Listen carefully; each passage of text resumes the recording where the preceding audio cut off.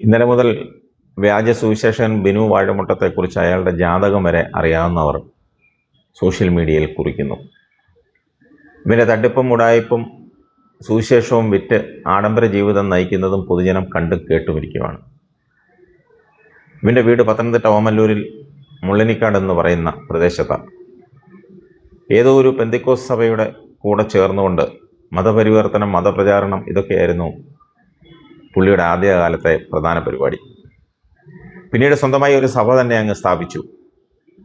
പിന്നീട് അങ്ങോട്ട് കണ്ടതും കേട്ടതും എല്ലാം കുറച്ച് നാളുകൾക്ക് മുമ്പ് നമ്മളെല്ലാം കേട്ട് കണ്ട ഹഫദ് ഫാസിൽ നായകനായ ഫ്രാൻസ് സിനിമയെ വെല്ലുന്ന കാര്യങ്ങളായിരുന്നു. ഇവൻ്റെ ബന്ധങ്ങൾ അത്ര ചില്ലറയല്ല. പ്രമുഖ രാഷ്ട്രീയ നേതാക്കന്മാരെ കയ്യിലെടുക്കാനും അവരെ പാട്ടിലാക്കാനും അറിയാം. ഇവൻ ഫ്രോഡാണെന്ന് പറയാൻ പറ്റിയ ഒരുപാട് സംഭവങ്ങളുണ്ട്. ഇവൻ്റെ സ്ഥാപനവുമായി ബന്ധപ്പെട്ട് പ്രവർത്തിച്ചിരുന്ന പലരും പല കേസുകളിൽപ്പെട്ട് പെടുത്തി പുറത്തു പോയിട്ടുണ്ട്. അവരെല്ലാം പല ഞെട്ടിക്കുന്ന വെളിപ്പെടുത്തലുകൾ നടത്തിയിട്ടുണ്ട്. ഇയാൾ ഒരു രാത്രിയിൽ പന്തളം കുളനടയിലുള്ള ഒരു പഴയ കോൺഗ്രസ്സുകാരനുമായി ഉണ്ടായ അടിപിടിയും അതേ തുടർന്നുണ്ടായ കേസും ഒക്കെ നാട്ടിൽ പാട്ടാണ്. ഒട്ടുമിക്ക രാഷ്ട്രീയക്കാരും ഇവൻ്റെ മാസപ്പടി വാങ്ങുന്നവരാണെന്നാണ് അറിയാവുന്നവർ പറയുന്നത്. അതുകൊണ്ട് തന്നെയാണ് ഇവനെതിരെ വളരെ ഗുരുതരമായ ആരോപണങ്ങൾ ഉണ്ടായിട്ട് പോലും ഇതുവരെ ഒരു നടപടിയും ഉണ്ടാകാത്തത്. ഒന്നാം തരം തട്ടിപ്പാണ് ഇവൻ നടത്തുന്നതെന്നറിയാമായിട്ട് പോലും ഒരു ചെറു വിരലനക്കുവാൻ ഒരു രാഷ്ട്രീയക്കാരും രംഗത്ത് വരാത്തത്.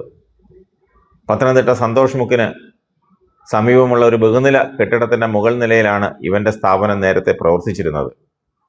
ഹിന്ദു ദേവീ ദേവ സങ്കല്പങ്ങളെ അധിക്ഷേപിച്ചതിന് ഇവൻ്റെ പേരിൽ കേസുണ്ട്.